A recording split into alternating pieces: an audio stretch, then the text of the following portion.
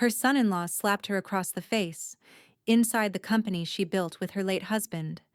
Maggie Voss, co-founder and widow, didn't shout. Travis Blake, all arrogance and borrowed power, told her to stay quiet. By morning, she'd pulled the deeds, revoked his access, and taken back every inch of what he'd stolen. She'd spent decades building men's empires. Now, she was reclaiming her own. And when he tried to fight back, the law, the ledgers, and her silence spoke louder than he ever could. All right, before we dive into this crazy story, do me a favor. Subscribe and tell us where you're watching from. The glass door of Voss and Blake Construction sighed open against the cold, the winter wind curling in behind Maggie Voss like an uninvited witness. She carried a neat stack of financial reports under one arm, her other hand gripping the thermos she never went anywhere without. The morning light over Minneapolis was sharp and colorless, just the kind of day when truths refused to stay buried. Inside, the hum of printers and the smell of dusted drywall mixed with coffee. Maggie walked straight through the corridor, her boots clicking on the polished concrete until she reached the conference room. The numbers in the folders felt heavier than paper should. Travis Blake was already there. His suit jacket hung on the chair back, his tie loosened, the swagger in his stance almost theatrical. Jenna sat at the corner of the table, phone in hand, avoiding eye contact. Maggie laid the folders in front of him. The quarterly expenses jumped 40%, she said evenly. And the vendor list has names I don't recognize. Travis didn't even glance down. You're just supposed to sign, not question it. His voice filled the room like cheap perfume, loud, cloying, and impossible to ignore. Maggie removed her glasses and set them beside the papers. You're bleeding the company, Travis. I didn't build this place for you to drain it dry. The words landed like a nail through wood. Jenna looked up, startled, her eyes darting between them. Travis's face reddened. Bleeding the company? He barked a bitter laugh. You wouldn't even have a company without me. Your husband's gone, remember? I'm the one running things now. Maggie didn't blink, running things into the ground. The silence that followed felt electric, like the air before lightning strikes. Travis's jaw twitched, his hand flexed. Then, without warning, he slapped her. Open palm. Fast. The crack echoed off the glass walls, followed by the sharp sound of Jenna gasping. Maggie didn't move, didn't raise her hand to her face. The sting burned, yes, but deeper than skin. She'd weathered worse storms than this man's temper. Jenna shot to her feet. Travis, what the hell is wrong with you? He didn't answer her. His chest heaved, his pulse visible in his neck. He pointed a finger at Maggie. You should stay quiet. That's your problem. You don't know when to quit. Maggie met his glare, calm as a closed door. And you don't know who you're talking to. For a moment, the only sound was Jenna's ragged breathing and the faint rattle of the heating vent. Travis's hand trembled, anger or maybe fear, but he dropped it, muttering under his breath as if the strike had been some kind of reflex. The pathetic kind. Jenna's voice broke. Mom, let's go, please. Maggie gathered her papers, the same way she used to after a meeting that had gone south. Methodical, unshaken, precise. She slid the reports back into their folder, aligning every edge. Her cheek throbbed, a quiet pulse that matched her heartbeat. Travis tried to reassert himself, his tone almost smug. You walk out that door, Maggie, and you're out. You hear me? Out. She looked him dead in the eye. No, Travis. You just made sure I'm back in. Jenna whispered, Mom. But Maggie was already walking toward the door. Every step she took was deliberate, the metallic click of her boots marking the end of one era and the start of another. She didn't look back. Behind her, Travis's voice rose again, but it sounded smaller now, like a man shouting from the bottom of a well. Jenna's sob cut through it, raw and real. Maggie paused at the doorway, hand on the handle. Her reflection in the glass caught the light from the gray sky outside. Stoic, older, unbreakable. The mark on her cheek had already begun to fade into something else entirely. Resolve. She turned her head just enough to say, quietly but clearly, "You'll regret that hand, Travis." Then she stepped into the cold, the door shutting behind her with a sound that felt final. The street outside smelled of snow and iron. She adjusted her coat collar, pulled out her phone, and scrolled to the one contact who would answer without judgment. Colleen Hartley. Maggie's thumb hovered over call. The bruise would take hours to bloom. The revenge, she already knew, would take far longer, and she intended to savor every second of it. The bruise bloomed overnight. By morning, it had turned the color of an old storm. Gray-purple at the edge, almost elegant in its defiance. Maggie caught her reflection in the hallway mirror before she left for the precinct. She adjusted her scarf higher, not to hide it but to remind herself it was there. Proof. The Minneapolis wind bit through her wool coat as she crossed the parking lot of the 3rd District station. The air smelled faintly of exhaust and frost. Inside, the heat was stale and fluorescent. A young officer at the front desk glanced up, startled by the steadiness in her voice when she said, "I need to file an incident report." Officer Reed Harper came out a few minutes later, mid-50s, lined face, the calm of a man who'd seen too many families break in quiet ways. He led her to a small interview room, clipboard under his arm. "Take your time," he said, setting down a cup of water. Maggie opened her phone and placed it face up on the table. "Photos. Time-stamped." Her tone didn't waver. He glanced at the images, the red mark on her cheek, the angle of the conference room, the wall clock behind her. He nodded once. "Do you want to press charges?" She folded her hands. "Not yet." His eyebrows lifted just slightly. "You're sure?" "I'm sure," she said. "Sometimes the quiet does more damage than shouting." He didn't press her, just filled out the form, his pen scratching softly across the page. When she signed her name, the sound of it, the calm finality of pen on paper, felt like the first stone laid in something much bigger. By the time she stepped back into the cold, the snow had started to fall, thin flakes catching in her hair. Her phone buzzed. Colleen Hartley, calling before 8 a.m., punctual as ever. "Jesus, Maggie," Colleen said the second she answered. "Jenna called me. Are you okay?" "I'm fine," Maggie said, "but I need to meet you this morning, downtown." An hour later, Maggie was sitting across from Colleen's mahogany desk, the cityscape of downtown Minneapolis behind her. The attorney's office smelled faintly of old books and espresso.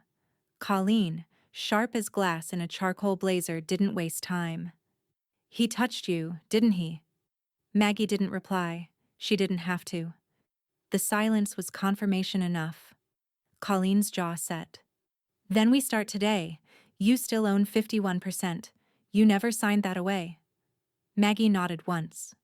"Then I want him out." Colleen reached into a drawer and pulled out a clean legal form. Notice of intent to remove Chief Executive Officer. The words might as well have been oxygen. "Sign here," Colleen said. Maggie picked up the pen. Her fingers didn't tremble. The sound of her name hitting the page, Margaret E. Voss, was quiet, powerful, and irreversible. While Colleen filed the paperwork electronically, Maggie texted Jonas Leeks, the company's CFO. "Need copies of all recent vendor transactions. No discussion. Quietly." Jonas replied within 2 minutes. "Already on it." The loyalty didn't surprise her. Jonas had been her husband's hire, meticulous, loyal to a fault. He'd been waiting for a signal. Now he had it. Colleen looked up from her screen. "He's locked out of the corporate portal as soon as this uploads. You're back in the driver's seat." Maggie took a slow breath. Good. She reached for her coat. Now we let him hear nothing for a while. Colleen's grin was brief, dangerous. The quiet kind of war. When Maggie stepped back outside, the downtown air hit her face like glass. Snow glittered over the sidewalks. She could feel her pulse calm, measured, deliberate. The bruise on her cheek no longer throbbed. It had become a reminder. Every sting, every slight. Fuel. As she crossed the street toward her car, her phone buzzed again.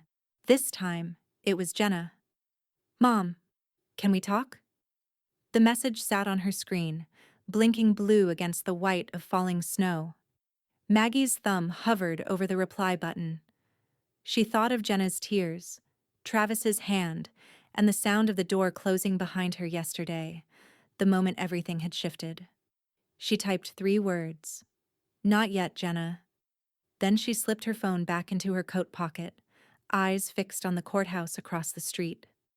The snow fell harder now, muffling the city's noise, softening everything except her resolve. Tomorrow, the silence would start to speak for her. The storm had settled by dawn, leaving Minneapolis buried under a white hush. Maggie's house stood on the edge of a frozen cul-de-sac. Clean lines, red brick, and the same oak tree she and her husband had planted the year Voss and Blake Construction first opened its doors. The branches creaked under the snow, bending but not breaking. Inside, the living room was dim except for the amber light spilling from the fireplace. Maggie sat cross-legged on the rug, the air faintly smelling of ash and lemon polish. She pulled open the lower drawer of her old cherrywood filing cabinet and turned the small key that had hung around her neck for 20 years. A fireproof lockbox waited inside, heavier than she remembered.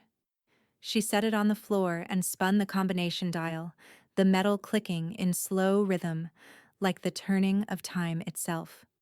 When the latch finally gave, she lifted the lid. Inside lay the foundation of everything, a faded manila folder labeled in her late husband's handwriting, Voss and Blake Construction, Original Charter. The edges had yellowed, but the ink was still dark and decisive. Maggie's throat tightened as she unfolded the document. There, in bold cursive next to the line marked Ownership Distribution, was his handwriting. Maggie E. Voss, 51% Robert J. Voss, 49%. Her husband's signature curved across the page, like a quiet promise. She ran her fingers along the ink, the same way one might trace a memory. Travis Blake's name appeared nowhere. He had titles, not roots. Granted, never earned. A CEO in name only, the product of Maggie's own goodwill and Jenna's pleading years ago. She could still hear her daughter's voice echoing from that day. He just wants to help, Mom. Help. Right. The clock on the mantel ticked softly as Maggie set the document aside and opened her laptop. Her fingers moved with surgical precision. An email to Colleen. Subject line simple. Ownership proof attached. Colleen's reply came within 5 minutes, short and sharp. Got it. Filing notice with Secretary of State this morning. You've just shut his back door. Maggie smiled faintly, the kind that never reached the eyes. By mid-morning, her phone began to vibrate on the table, Travis's name flashing across the screen. She let it ring. Once. Twice. A third time. Then a text. We need to talk. This is a mistake. She didn't reply. A minute later, another message. Jonas isn't answering my calls? Did you tell him something? Maggie glanced toward the window, where the snow outside had started to melt in streaks against the glass. She could almost picture Travis pacing that office she used to run, his voice raised, his control slipping through his fingers like sand. Meanwhile, at the other end of the city, Jonas sat in his quiet CFO office, forwarding every suspicious invoice to Colleen's encrypted folder. The two of them had become the gears of a silent machine, smooth, unstoppable, untraceable. By noon, Maggie buttoned her wool coat and stepped back into the cold. Her next stop wasn't the office. Not yet. It was the First North Bank of Minneapolis, where the company accounts had lived since the beginning. The marble foyer smelled faintly of paper and polish. The bank manager, a man she'd known for decades, stood the moment she approached. "Mrs. Voss," he said, extending his hand with genuine warmth. "What can we do for you today?" Maggie offered a small smile. "I need to make some adjustments to our business accounts." Within 15 minutes, the signatures were updated. Travis's co-signing privileges revoked. The final form required her initials beside a box marked Authorized Signatory, Sole Control. She signed without hesitation. "Would you like confirmation copies printed?" the manager asked. "Yes," she said. "And send digital copies to my attorney, Colleen Hartley." When she stepped back outside, the air bit at her cheeks, sharper now that the sun had begun to glare off the snow. She paused on the steps, looking across the street toward the skyline where the Voss and Blake office towered. Her phone buzzed again. Another text, another desperate reach. "Maggie, we can fix this." She stared at the message until the words blurred, then deleted it without replying. Instead, she took a slow breath, letting the cold settle in her lungs. Her reflection in the glass door showed no trace of the woman who'd been struck 2 days ago, just the one who'd been reawakened. Her phone chimed one more time, but this time it wasn't Travis. From Jonas. "He's panicking. Keep quiet. I'll send the next set of files tonight." Maggie slipped the phone into her coat pocket and turned toward her car. The day had grown brighter, crueler, beautiful in its clarity. As she opened the door, she whispered to herself, "He thought he built it." Then she smiled, small and certain. He never even poured the foundation. The snow was still falling, light as ash, when Maggie unlocked the side door of the Voss and Blake office. The parking lot was empty except for her car and a dusted-over delivery van. Inside, the building was hushed. No phones ringing, no echo of footsteps from Travis's heavy stride. It smelled faintly of paper and stale coffee. Maggie flicked on the overhead lights in the small conference room, the same one Travis had once used, to bark orders. Now it was her war room. Sterile, quiet, hers. On the table, a leather-bound agenda sat neatly between two steaming paper cups from the cafe downstairs. At exactly 9 o'clock, Jonas Leeks walked in, tie straight, laptop tucked under one arm, snow melting on his shoes. He nodded to her, then to Colleen Hartley, who followed a moment later, looking every inch the attorney she was, sharp-lined blazer, thin-rimmed glasses, expression cut from steel. Maggie gestured to the chairs. "Let's begin." Jonas opened his laptop. "All current board members have been notified of a procedural meeting under emergency terms," he said. "Attendance, 3 out of 5, with quorum met." Colleen smiled faintly. "Which means this is legally binding." Maggie clasped her hands on the table. Her voice was steady. "We're here to call for a shareholder emergency meeting. Purpose: to remove Travis Blake from all executive authority." Jonas hesitated just long enough to ask, "Are you sure you're ready for that vote, Maggie?" She looked at him, her gaze level. "I was ready the moment he raised his hand." Silence. Then Colleen's pen clicked twice, the sound like punctuation. "All in favor of calling the meeting?" Jonas raised his hand first. Colleen followed. Maggie's hand came last, but firm, deliberate. 3 hands up. Unanimous. "It's official," Colleen said. "By law, you're in control. He can shout, threaten, throw tantrums, but he's done on paper." A quiet hum filled the room, the sound of the heating vents, the city waking outside. For a moment, Maggie allowed herself a slow exhale. The kind that comes when you realize you're finally standing on solid ground again. Then came the soft knock. Jonas glanced at the door. "We're not expecting anyone." Maggie frowned. "I locked the side entrance." The knock came again. sharper this time. Maggie crossed the room and opened it. Jenna stood there, eyes red, lashes clumped from crying. Her hair was pulled back in a messy bun, her coat half-zipped. She looked smaller somehow, as if the world had pressed her into herself overnight. "Mom," she stammered. "Can we talk?" Maggie didn't answer immediately. She stepped aside. Jenna entered, glancing nervously at Colleen and Jonas. "What's going on?" she asked, voice trembling. "Travis said you're trying to take the company away." Colleen closed her laptop, choosing silence. Jonas looked down at his notes. It wasn't their place to answer. Maggie kept her tone measured. "I'm protecting what your father built." Jenna shook her head. "He made mistakes, okay? But this is destroying him.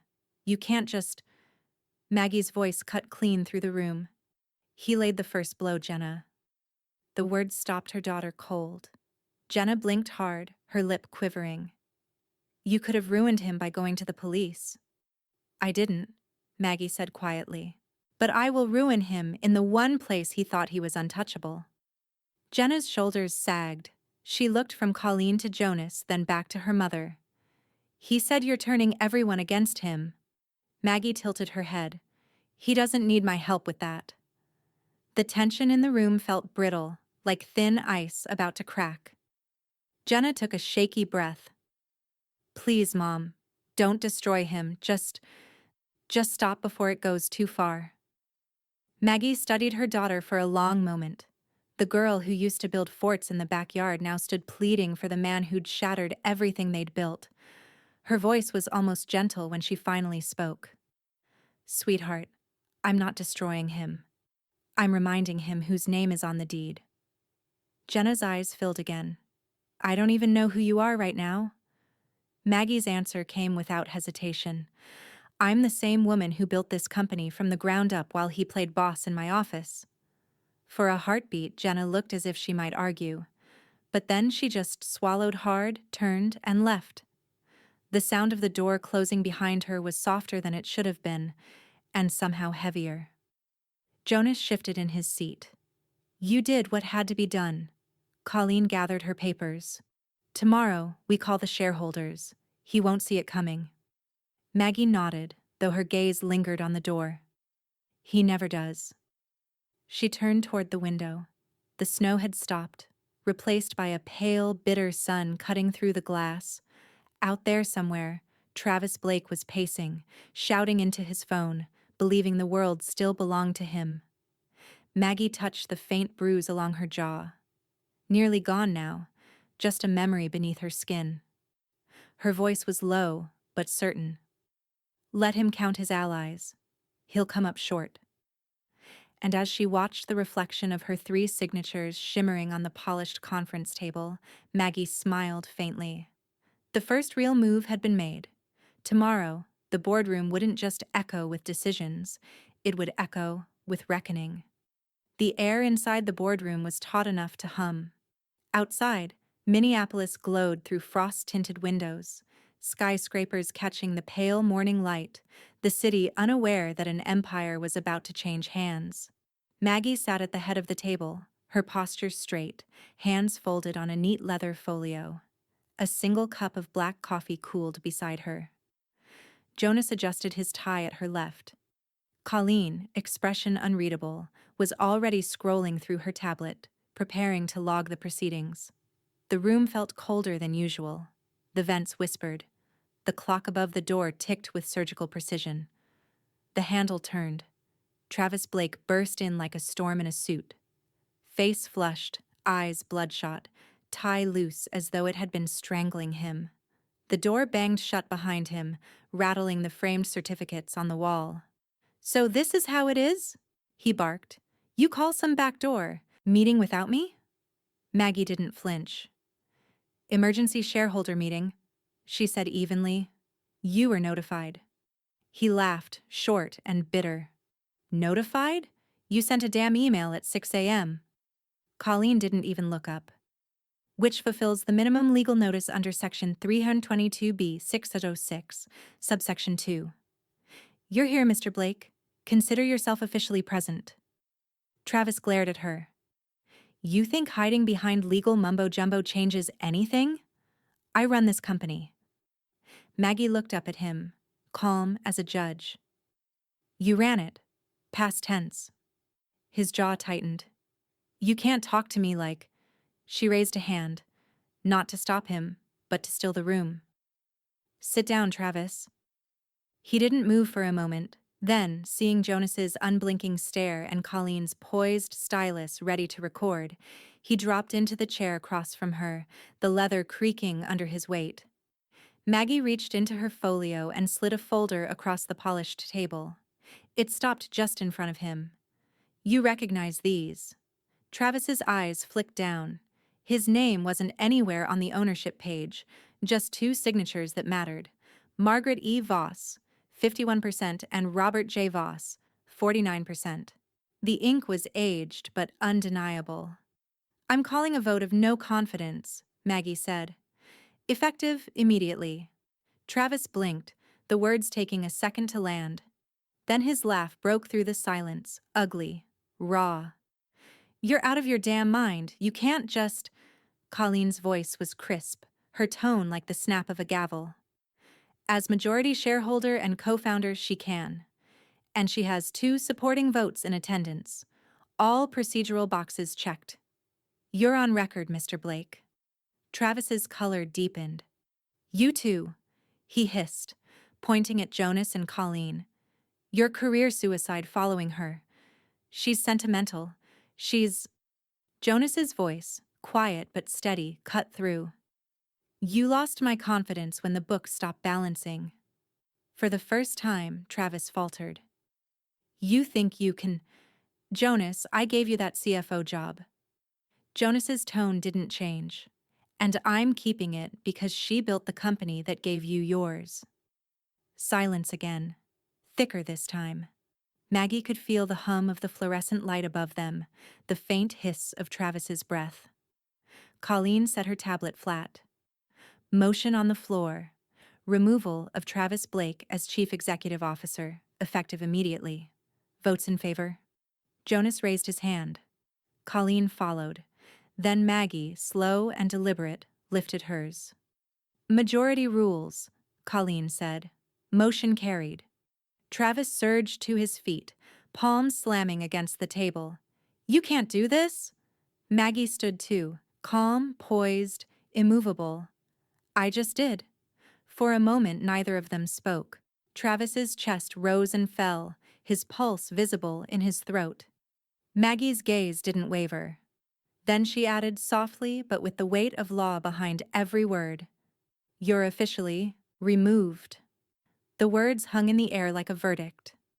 Travis's eyes darted between them, Colleen's cool indifference, Jonas's quiet loyalty, Maggie's unbroken composure. The power that had once filled him seemed to leak out, slow and invisible, leaving only the sound of his own breath. He grabbed the folder, flipped through it as if there might be some loophole hidden in the paper. There wasn't. The ink was dry, the signatures final. You think this is over? He spat. You think you can humiliate me like this and just walk away? Maggie didn't move. Walk. No, Travis. I'll build over you. He stared at her for a long, trembling second before shoving the folder back toward her. It slid across the table, scattering a few paper clips. Then he stormed out, his footsteps echoing down the hallway until the door slammed against the far wall. Jonas exhaled. Well, he said quietly, that went about how I expected. Colleen gathered the documents, her fingers sure and efficient. And now, she said, we file it with the Secretary of State before he remembers how to spell his lawyer's name. Maggie's eyes lingered on the door.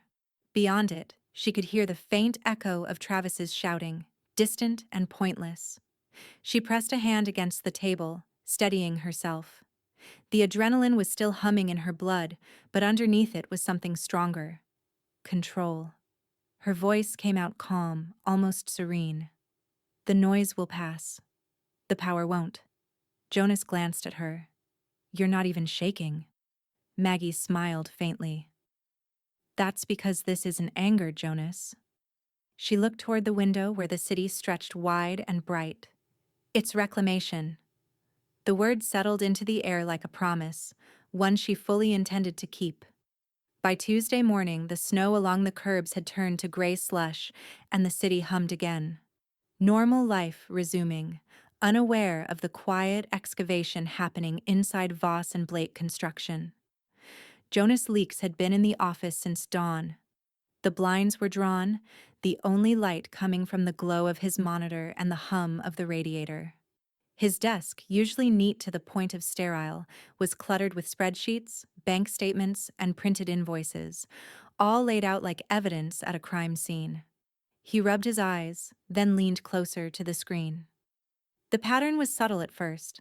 Vendor accounts with familiar names but slightly altered spellings, payment transfers just under reporting thresholds, dates that didn't quite line up. He'd been CFO long enough to recognize the fingerprints of theft disguised as oversight. When he cross-checked the routing numbers, he saw it. A string of payments to Northland Aggregate Supplies, an entity that didn't exist 2 years ago. Another to MB Consulting LLC, registered only months before. The totals climbed fast. 10,000 here, 15 there, another 7 tucked behind falsified invoices. Jonas exhaled slowly, the kind of breath that carried both disbelief and vindication. He highlighted the total in yellow. $113,000. He picked up the phone and dialed Maggie. She answered on the second ring. "Tell me," she said, skipping the greeting. "It's worse than padding," Jonas replied. "He built fake vendors, transferred the funds to shell accounts." "How clean is it?" "Not clean enough. He got sloppy. The routing numbers all tie back to a single account. His name's not on it, but the address matches a P.O. box he used for the company's first insurance filings." There was silence on the other end, broken only by the faint whistle of wind against her receiver. Then Maggie said quietly, "Send everything to Colleen. Today." Jonas nodded, already scanning and encrypting the files. "I'll drive the originals over myself." When Maggie arrived at Hartley and Klein Legal, Colleen already had her reading glasses perched halfway down her nose and a stack of fresh printouts on her desk. She didn't bother with pleasantries. "I was waiting for the other shoe to drop," Colleen muttered, flipping through the sheets. "Altered invoices, duplicate vendor codes. You could teach a class in corporate fraud with this." Maggie remained standing, her hands in her coat pockets. "Can we move on it?" "Oh, we'll move," Colleen said, her tone clipped and surgical. "Civil litigation backup first. We flag the assets, prep a financial recovery claim. He'll know he's being audited before lunch." Jonas entered a moment later, carrying a thumb drive and a folder sealed with red tape. "Digital and physical copies," he said. "Everything tied to the fake vendors. I checked. None of these accounts existed before Travis took over." Colleen looked up at Maggie. "You ready for this next step?" Maggie's expression didn't change. "I stopped being ready. Now I'm just doing." Colleen nodded approvingly. "I'll have the filing ready by end of day. Once it's logged, his accounts freeze within 48 hours. Jonas hesitated, watching Maggie. "You know he's going to lose it when he finds out." Maggie's eyes flicked to him, calm as ever. "Let him. The louder he gets, the guiltier he looks." They worked in silence for a while, the rhythmic click of Colleen's keyboard, the printer's hum, the muffled city outside. At one point, Maggie's phone buzzed. She ignored it. Then it buzzed again. Finally, she glanced down. The message was from Jenna. "I'm sorry. I didn't know." The words glowed against the screen, small but heavy. She stared at them for a long time, her reflection ghosted over the glass. Strong lines, silver hair catching the overhead light. For the first time that morning, her fingers stilled. Colleen glanced up. "Something wrong?" Maggie slipped the phone back into her coat pocket. "No, she said, just someone realizing who they married. The corner of Colleen's mouth twitched, almost a smile. It happens. Outside the window, snow started again, soft flakes falling against the gray sky. Inside, the printer spat out the final legal form, Notice of Civil Intent, the header bold and unflinching. Colleen picked it up, signed it, and handed it across the table. This makes it official. We're coming for the money. Maggie looked down at the document but didn't take it right away. Instead, she said, almost to herself, he thought the books would protect him. Jonas zipped the folder shut. The books never lie. Maggie finally reached for the papers. Her fingers didn't shake. No, she murmured, but they do remember. As she signed her name, a streak of lightning cracked faintly outside, distant but real, like the sound of justice warming up its voice. She placed the pen down, straightened her coat, and turned toward the window. Her reflection stared back, steady, unbroken. Freeze his accounts, she said softly. Let him feel what silence costs. The morning the civil suit was filed, Minneapolis was still half asleep under a sheet of freezing fog. The streets shimmered faintly with salt and ice melt, and the sound of car tires over slush was the only reminder that the city was alive. Inside Hartley and Klein Legal, everything smelled of coffee, printer ink, and quiet confidence. Maggie sat beside Colleen in the glass conference room, reviewing the last page of the civil complaint. Her signature already appeared at the bottom, ink black and unwavering. Colleen tapped the stack of documents against the table's edge, aligning them perfectly. Filed at 8:01 a.m., she said, slipping the papers into a thick manila envelope. He'll get his copy by noon. Sheriff's office is serving it personally. Maggie nodded once. No satisfaction, no gloating, just the efficiency of a woman doing what needed to be done. Do we expect him to counter? Jonas asked from the far end of the table, his tie loosened but his expression steady. Colleen smiled without humor. He'll huff, threaten, posture. But every claim is backed by paper. He's not fighting opinion. He's fighting math. Maggie rose and looked out through the frosted glass. The city's skyline cut through the haze like a verdict being read. Let him fight, she said. It'll only make the truth louder. By lunchtime, the quiet hum of gossip had already begun. Inside coffee shops and contractor offices across Minneapolis, phones buzzed with the same link. Minneapolis Business Journal, Voss and Blake, co-founder files suit against former CEO for financial mismanagement and fraud. The article was clean, factual, and merciless. It mentioned the $113,000 in misappropriated funds, the official removal of Travis Blake from his executive role, and a line that landed like a stone in a pond. Sources confirm that Margaret Voss retains full majority ownership of the firm. By afternoon, the whispers grew legs. Voss is taking back control. She's the real architect behind that company. He thought he could push her out. Guess she pushed harder. Even the competitors, men who once dismissed her as a sentimental relic, started calling their assistants with new respect in their voices. The tone around Maggie's name had changed from sympathetic to strategic. In her office, Maggie read the article once, then closed the tab. No glee, no surprise, just closure. She reached for her phone when it rang. Margaret Voss? A voice asked, crisp and practiced. This is Claire Danner from the Star Tribune. Wondered if I could get a comment.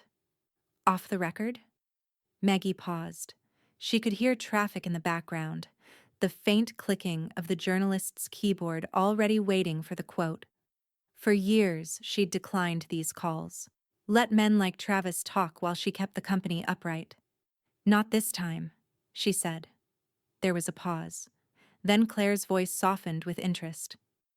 Go ahead. Just print the facts, Maggie replied. They tell the story better than I ever could. And she hung up. That night, the story hit the Tribune's digital edition. A photo of Maggie, taken years earlier, standing beside the old company truck with her husband, filled the banner. The headline was simple: Founder reclaims what was hers. Voss leads. Quiet corporate overhaul. The article didn't mention the slap. It didn't need to. The public read between the lines. They always did. Across town, in a smaller rented office suite with peeling paint, Travis stared at the same article on his laptop. The glow from the screen turned his face ghostly. His jaw clenched as he scrolled, skimming words that burned every time his name appeared after former CEO. He slammed the laptop shut. On his phone, a notification chimed. LinkedIn. Your position at Voss and Blake Construction has been updated. He frowned and opened the app. The line beneath his name had already changed. Travis Blake, consultant. He stared at it for a long moment, jaw flexing, before his fingers moved to edit the title back. But when he hit save, the app froze, grayed out, and refreshed itself to the same word. Consultant. Jonas's quiet handiwork. The system permissions had changed weeks ago. Travis's reflection in the dark window looked thinner, meaner. Consultant? He muttered under his breath as though the word itself was an insult. At that same moment in her own office, Maggie closed her laptop and looked out into the early evening. Snow was starting again, soft and relentless, dusting the city she'd fought to reclaim. Her phone buzzed, an alert from her assistant. Requests coming in from local TV for interviews. Should I decline? Maggie typed back. Decline nothing. Just schedule them. Quietly. She sat back in her chair, the faint reflection of the Tribune headline still glowing in her mind. For the first time in months, she allowed herself to breathe deeply. Not relief. Strategy. Every move had its next. And though the world saw victory, Maggie knew better. This wasn't triumph. It was the setup for the fall that was still coming. The following Friday, the sun hung low and colorless over Minneapolis, the kind of light that made everything look too honest. The office was nearly empty when Maggie arrived. Most employees had left early for the weekend, their laughter fading into the hallway as the elevator doors closed. Only the hum of the heating vents and the faint clatter of snow against the windows remained. She'd asked Jenna to come alone. Maggie sat in the conference room she now fully commanded, a folder spread open before her like a courtroom exhibit. Pages of financials, screenshots of bank records, and copies of the restraining documents lay in clean, cold order. Colleen had wanted to be present, but Maggie had refused. This wasn't business. It was blood. The knock on the door was small, hesitant. "Come in," Maggie said, not looking up right away. Jenna stepped inside wearing the same winter coat she'd had since college, her face pale from lack of sleep. The moment she saw her mother, she froze. "I almost didn't come," Jenna whispered. "I figured," Maggie said softly. "Sit down." Jenna hesitated, then dropped her purse on the chair beside her and sat, folding her hands tight in her lap. The space between them felt fragile, like glass stretched thin. Maggie slid the first sheet across the table. "I'm not here to gloat, Jenna. I just want you to see what I've seen." Jenna's eyes darted over the columns, the dates, the names of vendors she'd never heard of. "What is all this?" "Your husband's idea of bookkeeping," Maggie said. Jenna shook her head slowly. "No. He said the books were being audited. He said it was all under control." Maggie's tone stayed steady. "Abusers always say that. It's fine. I'm handling it. Don't worry. They rely on quiet and guilt and the people who love them most." Jenna looked up sharply. "Don't call him that." Maggie's expression didn't change. "Then tell me which part isn't abuse. The shouting, the lying, or the hand across my face?" The silence after that was long and unmerciful. Jenna's breath hitched, her eyes glassy. She reached for one of the papers, her hand trembling. The number at the bottom, $113,000, might as well have been a knife. He stole from you? From the company, from your father's legacy, from all of us. Jenna pressed a hand to her mouth, tears spilling down her cheeks before she could stop them. I didn't know, Mom. I swear to God I didn't know. I believe you, Maggie said quietly. That's why I wanted you to see it with your own eyes. No lawyers, no board members, just truth. Jenna stared at the papers for a long time. Her sobs came in small, contained bursts, the kind that leave a person hollow rather than loud. He told me everyone was against him, that you were trying to take his company, that you hated him. Maggie leaned forward, her voice softer now. He said what he needed to keep control. That's what men like him do. They twist what's true until you can't recognize it anymore. I used to think silence was strength. Turns out it just lets someone else write your story. Jenna nodded weakly, her gaze unfocused. For the first time, Maggie saw the fracture, the moment her daughter's loyalty began to splinter under the weight of proof. After a while, Jenna wiped her face with her sleeve. I can't go home tonight, she murmured. He's been different since all this started. Jumpy. Angry. Maggie didn't hesitate. You can stay with me. Jenna looked up, startled. Are you sure? Maggie met her eyes. You don't have to ask. The words hung between them. Simple, heavy, and healing. For a long while they sat there in silence. Maggie watched her daughter trace a finger along the edges of the documents, as if she could feel the betrayal through the paper. Then Jenna spoke, her voice a whisper but steady enough to fill the room. I think I'm leaving him. Maggie's breath caught. Not surprise, but the quiet ache of inevitability. She reached out, laying a hand over Jenna's. Then you're finally choosing peace. Jenna nodded, tears still streaking her face. I should have seen it sooner. Maggie gave her hand a small squeeze. Seeing now is enough. Outside, the first flakes of snow began to fall again, the city lights blurring behind them. Inside, the two women sat across from each other. One rebuilding her power, the other reclaiming her freedom. Jenna exhaled shakily, and in that breath was something new. Resolve. I'll pack my things tomorrow, she said. Maggie nodded once, a calm settling over her like armor. Good. Leave the rest to me. And for the first time in years, mother and daughter sat without pretense, without sides, surrounded only by truth, ugly, undeniable, and freeing. The night wind off Lake Nokomis howled against the windows, rattling them in their frames. Maggie's house sat under a soft shroud of snow, lamplight spilling across the porch like a warning. Inside, the air was calm, steady, the kind of peace that felt newly earned. Jenna sat on the couch, a blanket pulled around her shoulders, staring at the flickering fire. Her phone buzzed once, twice, then a third time. Travis. She turned it face down. Maggie emerged from the kitchen with 2 mugs of tea. He'll keep calling until he runs out of nerve, she said, setting one on the table. Jenna nodded, eyes glassy but dry. He left 23 voicemails today.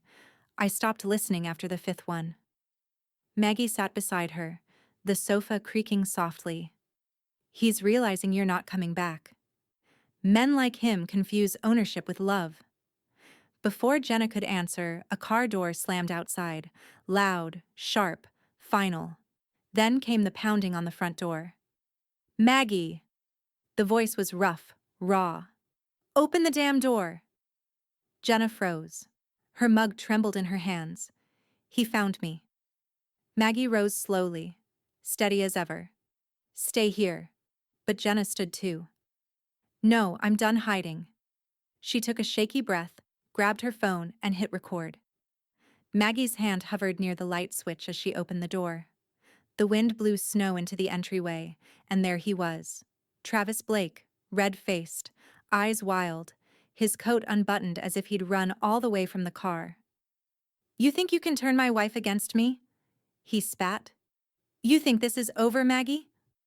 Jenna stepped forward, phone raised. Her voice trembled but held. "It's over, Travis. You need to leave." He turned to her, his tone shifting from rage to something slick and desperate. "Sweetheart, don't do this. You don't understand what she's—" "I understand enough," Jenna said, cutting him off. "The money, the lies, the slap." That last word hit him like a thrown stone. His eyes flicked to Maggie. "You told her? You twisted everything." "I didn't twist anything," Maggie said. "You did that yourself." Travis took a step inside. Maggie didn't move, but Jenna's voice rose. "Don't take another step." Her phone stayed steady, the red recording light blinking like a metronome. The moment stretched thin, then headlights swept across the windows, followed by the familiar crunch of tires over ice. A police cruiser rolled to a stop at the curb. Officer Reed Harper stepped out, hat pulled low, coat collar turned up against the cold. Within seconds, he was at the door. "Evening," he said calmly, stepping between them. "We got a call from a neighbor about yelling." Travis's voice jumped an octave. "This is my wife's house. I'm allowed to talk to her." "Not like this," Harper said, his tone even. "You need to step outside, sir." Travis laughed bitterly. "You're siding with her? She's poisoning everything, my job, my marriage." "Enough," Harper said, the command crisp. "You're trespassing. Step back." Something in Harper's voice broke through the mania. Travis froze, breathing hard, then turned toward Jenna. "You'll regret this," he hissed. "Both of you." Jenna didn't flinch. "Already did," she said softly. Harper guided him toward the porch, his hand firm on Travis's shoulder. The man stumbled through the snow, shouting half-formed threats into the cold air. When the cruiser door shut, the sound felt like the first real silence in months. Harper returned to the doorway, his breath visible. "He's lucky all you're filing is a report." "Not for long," Maggie said quietly. He nodded once. "You did the right thing. Both of you." Then he left, his taillights vanishing down the street. Jenna exhaled shakily, lowering her phone. "I got all of it," she whispered. "Every word." Maggie's gaze softened. "Good. Keep it. It's your proof." The next morning, they sat in Colleen's office again. The city glowed outside with brittle sunlight as Colleen reviewed the video. She didn't even look up when she said, "We'll file a protective order today. He won't come near either of you again." Jenna's voice was quiet. "Thank you." Maggie turned to Colleen. "Add Jenna to the ownership plan. 50-50. If I'm ever not here, the company stays with her." Colleen blinked, surprised. "You're sure?" "I'm sure," Maggie said. "She's earned her name back." Jonas appeared at the door a few minutes later, holding a thick binder of operations manuals. "Then we start training today," he said. Jenna smiled faintly. "I don't even know where to begin." Jonas handed her the binder. "Right here," he said. "Page 1. Maggie watched her daughter take the book, her hands steady now. There was still fear in her eyes, but beneath it, something solid. Purpose. Outside, the last of the snow began to fall again, soft and unthreatening this time. Maggie turned toward the window, her reflection framed in the glass beside Jenna's. Two women, side by side. "He lost control," Maggie said quietly. Jenna looked up. "So what happens next?" Maggie's answer was simple. "Now we build without him." And in that still, crystalline silence, the future finally began to take shape. The courthouse smelled faintly of salt and old carpet, a blend of history and exhaustion. Maggie sat beside Colleen at the plaintiff's table, her hands folded neatly, her expression calm but watchful. The winter morning light spilled through tall windows, striping the polished floor with pale gold. Travis sat 3 rows ahead, jaw tight, suit a size too sharp for the state he was in. He hadn't shaved. His lawyer, a young man who looked too new to handle a case this charged, flipped through papers nervously, whispering things that Travis didn't seem to hear. When the judge entered, the room rose. Maggie did too, steady and deliberate. The hearing was short, clinical, and devastatingly clear. Colleen's presentation was surgical. Charts, bank statements, sworn affidavits, time-stamped emails. Jonas's forensic accounting work laid out every false vendor, every diverted payment. Travis didn't look up once. Finally, the judge's gavel struck. Restitution in the amount of $82,000 to be repaid to Voss and Blake Construction, the judge announced. Defendant is further ordered to comply with all lien conditions as negotiated by counsel. Travis's lawyer opened his mouth, but the judge cut him off. This decision is final. The courtroom went still. Colleen closed her folder with a quiet click. Maggie exhaled. Not relief, exactly, but a quiet sense of balance being restored. Across the aisle, Travis slumped back in his chair, the air gone from him. As they left, Colleen's heels echoed down the corridor. "We'll file property liens on his condo and that truck he's so proud of," she said. "That'll keep him honest." Maggie's lips curved faintly. He never was. By the end of the week, the payment hit the company account, wire transfer verified and sealed. Jonas forwarded the confirmation email to both Maggie and Jenna. Subject: Funds recovered. Amount: $82,000. Status: cleared. Maggie stared at the screen for a moment, the figure glowing in bold. Then she hit reply. Reallocate to employee retention bonuses. Everyone who stayed through this deserves it. Within minutes, Jonas sent back one line. Already ahead of you. That Friday, the staff gathered in the main conference room. For the first time in months, the air felt alive again.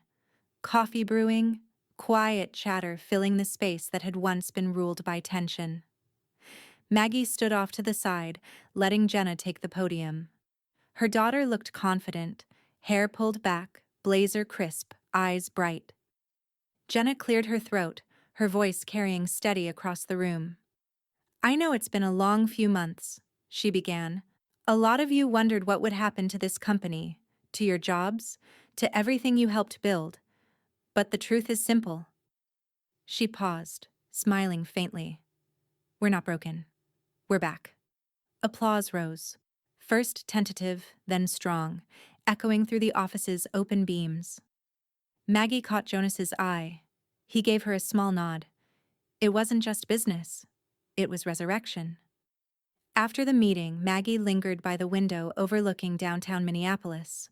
Snow dusted the rooftops, the city pulsing with quiet resilience. Jenna joined her, folding her arms. "Dad's lawyer sent another letter," she said softly. "He's trying to negotiate the liens." Maggie's gaze stayed on the skyline. "Colleen will handle it. He can't negotiate with what he doesn't own anymore." And indeed, by the next week, the liens were secured. Travis's property values were locked, his accounts monitored, his credit score dropped overnight, and every attempt to apply for a new line of business credit bounced back with the same blunt rejection. Applicant flagged for financial misconduct. Colleen called to confirm. "He's financially paralyzed, exactly where you wanted him." Maggie didn't answer right away. She looked around her office. The framed photograph of her late husband, the original blueprints of their first build, the quiet hum of the company back at full strength. "I didn't want him paralyzed," she said at last. "I wanted him irrelevant." Later that evening, she logged onto the company's website. The homepage gleamed with the new branding, Voss and Daughters Construction. No trace of Travis's name remained. The leadership page listed Margaret E. Voss, founder and chairwoman, and Jenna Voss, co-director of operations. She scrolled to the bottom. There it was. The final update, done quietly by Jonas that afternoon. Notice. Effective immediately, Travis Blake is no longer affiliated with Voss and Daughters Construction in any capacity. She leaned back in her chair, rereading the line until it no longer felt surreal. Outside, the city lights shimmered against the falling snow. Maggie clicked the screen off and whispered, "He wanted power. I took permanence." At that same moment, miles away in his small rental apartment, Travis refreshed the company website again and again. His face reflected in the glow of the screen, hollow and furious. Each time, the page loaded with the same cold truth: 404, name not found. The first sign went up on a Wednesday morning, the kind of cold Minneapolis day that made breath visible and steel gleam. A cherry picker idled beside the company's suburban brick office, the old metal letters, Voss and Blake, being unscrewed one by one. Maggie stood across the parking lot, gloved hands in her coat pockets, watching each letter come down. The sound was satisfying, the clank of something false being dismantled. When the last Blake hit the truck bed with a muted thud, the new sign was lifted into place, sleek, brushed aluminum, the letters crisp against the red brick. Voss and Daughters Construction. Jenna stood beside her, eyes wide, hands tucked under her arms. "It looks," she started, then stopped, voice catching. "Like it should have from the beginning," Maggie said quietly. The crew stepped back to admire their work. A few office staff came out to snap photos. Even Jonas appeared in the doorway, holding his coffee, grinning. "Finally," he said. "Feels like home again." Inside, the rebrand was in full swing. New stationery, new email headers, new logo on the front desk. The air buzzed with something electric. Relief turned to pride. By noon, the Star Tribune had called again. This time, Maggie agreed to the feature. The article ran 2 days later under the headline, "Voss and Daughters, a family business rebuilt on integrity and resilience." The photo captured Maggie and Jenna perfectly, standing shoulder to shoulder in the main lobby, sunlight streaming through the glass. Maggie wore her signature black coat, the faintest smile softening her face. Jenna leaned slightly toward her, chin high, expression strong but warm. The reporter's notes mentioned AI, mother-daughter team redefining leadership in a male-dominated industry. Maggie didn't care for the phrasing. It sounded like a headline written by someone who'd never lifted drywall, but she understood its purpose. For once, her name wasn't in the shadow of someone else's. The day the article hit stands, a courier arrived at the office with a long, flat package. Colleen appeared in Maggie's doorway moments later, the parcel tucked under her arm. "From me," Colleen said. "And Jonas." Maggie frowned slightly but accepted it, peeling away the brown paper. Inside was a framed document, the original deed and incorporation papers, yellowed but intact. The line that mattered most was bold in its simplicity. Maggie E. Voss, 51%. She traced her husband's handwriting below her own, the curve of his signature steady and sure. "Robert always said this company was built on more than lumber and nails," Colleen said quietly. "Now it's proofed in ink and legacy." Maggie blinked once, slowly. "Thank you." That evening, they gathered for dinner at Mill Creek Tavern, a modest place with dark wood tables and soft jazz. The staff had closed off a small corner booth just for them: Maggie, Jenna, Jonas, and Colleen. A single bottle of red wine sat open, its cork resting beside an untouched dessert plate. Jonas raised his glass first. To what was broken, and to the women who rebuilt it better. Colleen lifted hers next, her tone half wry. To contracts that bite back harder than fists. Jenna smiled, eyes glinting. To second chances. They all clinked glasses softly. The moment felt earned, not orchestrated. Halfway through dinner, Maggie's phone buzzed. She glanced at the screen. A florist delivery confirmation. A note followed, attached to the image of a white bouquet sitting at her front door. It read, "From Olivia. Real women rebuild." Maggie stared at the message for a long time before setting the phone aside. When she looked up, Jenna was watching her. "You okay?" Maggie nodded. "Better than okay." Later, after goodbyes and hugs in the cold parking lot, Maggie drove home through the quiet city. The snow had eased, leaving the streets glazed in light. She pulled into her driveway, headlights brushing across the bouquet waiting on her doorstep. Inside, she placed it on the kitchen counter beside a framed copy of the Tribune article. The photo of her and Jenna smiled back. Strong, steady, unstoppable. She poured a small glass of whiskey and stood by the window. From where she stood, she could see the faint glow of the news sign across the highway, Voss and Daughters, lit against the night like a promise that had finally kept itself. She whispered to the empty room, "We took back the name. Now it's ours for good." Outside, snow began to fall again, but this time it felt soft, more like closure than cold. And as she turned off the lights, the reflection in the window didn't look like a survivor anymore. It looked like a founder reclaiming her empire.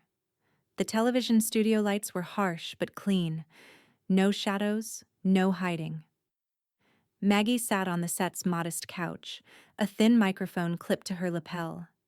Beside her, Jenna smoothed her skirt nervously, fingers trembling just enough to make the gold bracelet on her wrist tremble. Across from them, the host, a local anchor Maggie had seen on Channel 9 since forever, offered a polite smile. "We're live in 60 seconds, she said. "No edits, no retakes, just a conversation." "That's fine," Maggie replied, calm as ever. "Truth doesn't need a rewrite." The producer counted down from 5, the red light blinked on, and the world shrank to one camera lens. Tonight, we're joined by Margaret and Jenna Voss, the mother and daughter behind the newly renamed Voss and Daughters construction. The anchor began. They've been in the headlines recently after reclaiming the company from a former executive under complicated circumstances. Maggie met the camera head-on. "Nothing complicated about taking back what's yours," she said evenly. The anchor smiled carefully. "Your story has struck a chord, especially with women in business. You've described this as not just a legal battle, but a personal one." Maggie nodded, her tone measured. "It was never about revenge. It was about restoration. We protect our daughters by not rewarding those who hurt mothers." There was a stillness in the studio then. No fidgeting from the crew, no hum from the monitors. Jenna reached under the table and squeezed her mother's hand, her nails cold against Maggie's palm. The anchor hesitated, visibly moved. "That's powerful, Mrs. Voss." "Just true," Maggie said. The interview ran 12 minutes. No dramatics, no tears, no need for sympathy. Just facts delivered with precision and grace. When the red light finally blinked off, the anchor exhaled. "That was something else," she murmured. "You don't flinch." Maggie allowed herself the smallest smile. Flinching never fixed anything.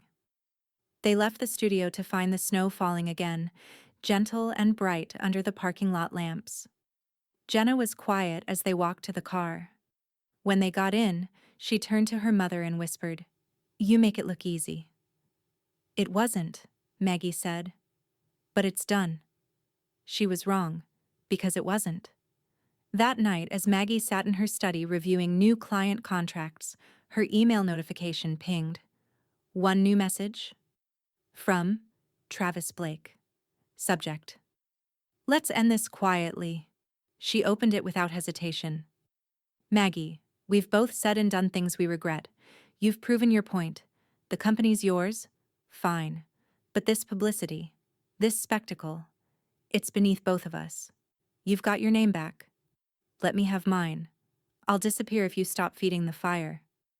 Maggie read it twice. expression unreadable. Then she forwarded it to Colleen with a one-line note. Add this to the record.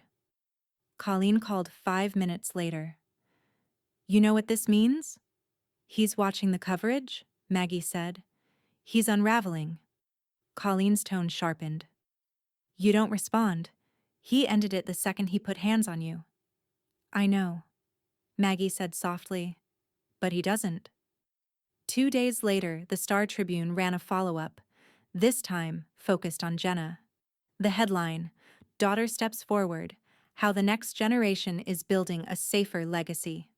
The accompanying photo showed Jenna standing in front of the new company sign, wind catching her hair, confidence in her posture. Below the image, the article noted, Jenna Voss Blake has officially reverted her name to Jenna Voss. Maggie clipped the article and placed it beside her husband's framed deed papers. A small circle had closed. That evening, the house was quiet. Jenna had gone upstairs early, exhausted from a day of meetings and client tours. Maggie was in the kitchen pouring a glass of wine when she saw the flash of red and blue outside her window. A police cruiser slowed to a stop at the end of the driveway. She stepped out onto the porch, the cold biting at her throat. Officer Reed Harper climbed out of the driver's seat, his breath fogging in the air. Mrs. Voss, he said, removing his hat. Evening. Maggie's stomach tightened. What happened? Harper sighed, the kind of weary exhale that comes from knowing too many ugly patterns. Travis Blake was picked up tonight. He violated the protective order. Maggie blinked once. How? He showed up outside your old office. Security cameras caught him circling the lot, trying door handles.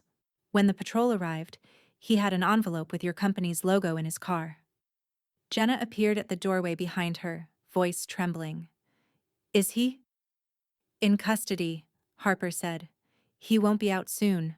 The restraining order just became criminal. For a long moment, no one spoke.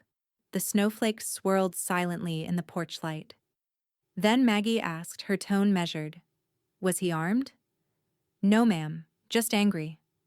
Maggie nodded, her expression steady, almost solemn.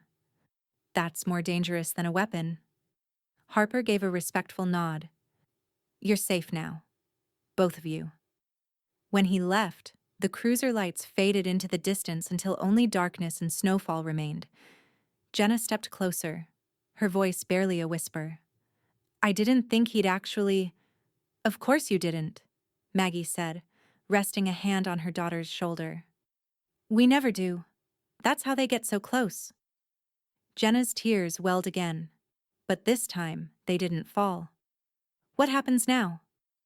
Maggie looked out across the quiet street, her voice low but certain. Now the law does what it was supposed to. Inside, the soft hum of the heater filled the silence. Maggie reached for her wine glass but didn't drink. Her reflection in the window stared back at her, older, unyielding, untouchably calm. The hand she'd once wanted to raise in anger had found a better purpose, building, reclaiming, protecting. And as the sirens disappeared into the night, she whispered to the cold glass, I didn't have to lift a hand, Travis. You did it for me. The thaw came late that spring, but when it did, Minneapolis seemed to breathe again. The snow melted into silver puddles that reflected new sunlight, and cranes began to dot the skyline like promises. Inside the Voss and Daughters office, the buzz was almost electric. Binders lined the conference table, plans, contracts, proposal binders thick with numbers and blueprints. The company had just landed the Downtown Civic Expansion Project, the largest municipal build in its 30-year history. Jenna stood at the head of the table, sleeves rolled up, her voice crisp and confident as she briefed the project team. We break ground next week. Every vendor, every schedule, every line item gets double verification, no waste, no shortcuts. Her tone carried both authority and something softer, a conviction that felt like legacy. Maggie stood in the doorway, half in shadow, watching her daughter with the quiet pride of someone who had finally built more than just a business. She had built continuity. Jonas leaned toward her, voice low. She sounds like you. Maggie smiled faintly. No, she said. She sounds better. By noon, the meeting adjourned with laughter and applause. As employees trickled out, Maggie found an envelope on her desk. Plain white, no return address. Inside was a letter, handwritten on company stationery. Dear Mrs. Voss, we just wanted to say thank you. Most of us thought the company wouldn't survive last year. You didn't just save our jobs, you gave us something better to believe in. You taught us that leadership doesn't shout. It steadies. The team. Maggie read it twice before folding it neatly and tucking it into her planner. She sat for a moment, the sound of construction trucks outside mixing with the hum of printers and phones, a kind of symphony she hadn't realized she'd missed. Later that week, she visited the site her husband had once dreamed of building, an old industrial lot near the river, slated now to become a public library and community center. The wind carried the smell of wet soil and concrete dust. Workers moved in rhythmic precision, and the sound of machinery thrummed like heartbeat. She walked to the edge of the foundation where a sign read, Project Lead, Voss and Daughters Construction. She could almost hear Robert's voice beside her, low and warm. One day, Maggie, we'll build something that outlasts us. Well, she murmured to the air. We did. A car horn sounded from the street. Maggie turned and saw Officer Reed Harper leaning against his cruiser, coffee in hand. He tipped his cap when their eyes met. Afternoon, Mrs. Voss? He called. Didn't think I'd find you standing still. She chuckled softly. I'm not sure I know how to anymore. He nodded toward the construction site. Looks like you handled it. Maggie's gaze swept across the cranes, the workers, the banners bearing her name. It's handled, she said, her tone final but kind. Harper smiled, gave her a small salute, and drove off, leaving only the echo of tires on gravel. Maggie stayed a while longer, walking the perimeter of the site, boots crunching softly on the dirt. Every detail felt familiar, yet new, the kind of full-circle peace that wasn't loud, but certain. When she finally returned to her car, she found Jenna waiting there, leaning against the hood, her hair pulled back in a wind-blown knot. Thought I'd find you here, Jenna said. You sound like Harper, Maggie replied, amused. Jenna laughed. The inspectors signed off this morning. We're officially cleared to start. I wanted you to see it first. Maggie looked back toward the lot, where the first steel beams were being lowered into place. I already did. For a long moment they stood in comfortable silence, the kind that existed only between people who'd walked through fire together and come out stronger. Then Jenna turned toward her mother. Do you ever think about him? Maggie didn't pretend not to know who she meant. Sometimes, she said, but not the way I used to. Jenna tilted her head. How then? As a lesson, Maggie said simply. The cost of forgetting who you are. Jenna nodded, eyes distant but calm. Then maybe that's why we built this. Maggie smiled. Maybe. She reached out, brushing a speck of dust from Jenna's coat, a small gesture that carried the weight of everything they'd survived. The machinery roared to life again, echoing through the city's early spring air. Maggie watched as the first beam locked into place, gleaming in the sunlight. The sound was grounding, metal, meeting earth, past meeting future. She turned to Jenna. You should get to the office. They'll be waiting. And you? I'll catch up, Maggie said, eyes still fixed on the skyline. As Jenna's car pulled away, Maggie lingered, hands tucked into her coat pockets. The city moved around her, alive, busy, hers. For the first time in a long time, she didn't feel the need to fight or defend or rebuild. She simply stood in what she had created. And when the wind carried a flurry of dust past her feet, she whispered to the open air, half smiling, Robert? It's done. The afternoon was soft and slow, the kind Minneapolis saved for late summer, the kind that smelled faintly of lilac and fresh-cut grass. Maggie sat in her backyard garden beneath the old oak tree, a glass of iced tea sweating on the wrought iron table beside her. The hum of distant lawnmowers mixed with the chirp of cicadas. Her world at last was quiet. She had learned to love that quiet. It wasn't the absence of sound anymore. It was the presence of peace. From her seat, she could see the distant shimmer of downtown, the steel cranes, the outlines of buildings her company had raised. She smiled faintly. Their company now, she corrected herself. A breeze moved through the garden, stirring the pages of an open magazine on the table. The headline read, "Voss and Daughters, the Minneapolis firm that rebuilt itself stronger than ever." Jenna's photo was centered above the fold, arms crossed, confidence radiating from her. Beside her stood Jonas, tie slightly askew, grinning like a man who'd found purpose. Maggie had laughed when she first saw it.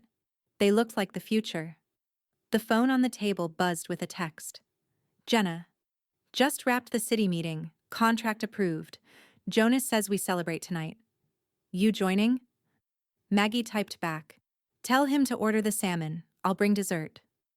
She set the phone down, her hand brushing the edge of her journal, the same worn leather-bound book she'd kept through every phase of her life. The pages were filled with plans, budgets, small notes of anger and determination that had kept her focused when the noise of betrayal tried to drown her out. The screen door creaked open behind her. A voice she'd grown to love again spoke gently. "You've been out. Here a while." Jenna stepped into the sunlight, her business blazer traded for a soft linen shirt and jeans. "Company's fine without me for an afternoon," Maggie said, smiling. Jenna laughed and took the empty chair beside her. "Jonas would agree. He's running numbers like a machine." Maggie raised an eyebrow. "He always did. Even when your father was still alive." There was a pause, comfortable but heavy with memory. The hum of bees filled it. Jenna looked at her mother. "You know, he'd be proud. Dad, I mean." Maggie's gaze drifted toward the garden's edge where the sunlight hit a small bronze plaque embedded in the soil. It read, "Robert J. Voss, builder, dreamer, partner." She nodded softly. "He'd tell me it took me long enough." Jenna reached over and squeezed her hand. And he'd be wrong about that. For a while they sat without speaking, the kind of silence that comes only after every storm has passed. Eventually, Jenna's phone buzzed again. Jonas this time, no doubt about some shipment or budget. She smiled at her mother. "I should head back." Maggie tilted her head. "Go. You've got a business to run." Jenna hesitated. "You sure you don't want to come in early?" "I'll be there," Maggie promised. "Save me a seat." When Jenna left, the house door shut softly behind her, leaving Maggie with the warmth of the afternoon and the faint echo of the life she'd built. A few minutes later, the mail carrier passed by, waving as he dropped a small padded envelope into her box. Maggie rose slowly, joints aching but steady, and retrieved it. The sender's name caught her eye, the Minneapolis Chamber of Commerce. She opened it on the way back to her chair. Inside was a polished wooden plaque engraved in brass, Lifetime Achievement Award, Margaret E. Voss for leadership, integrity, and vision. Maggie set it on the table beside her tea. For a long moment she simply stared at it. No applause, no speeches, just the simple truth of a life rebuilt and a name restored. Then she reached for her journal. The last page was still blank. She took her pen, the same one she'd used to sign away Travis's title months ago, and began to write in neat, deliberate script. Silence isn't weakness. It's planning. She let the ink dry before closing the book. Then she stood, walked back inside, and placed it in the bottom drawer of her old cherrywood file cabinet, the one that had once held contracts, ledgers, even the documents that had saved her. The key turned smoothly in the lock.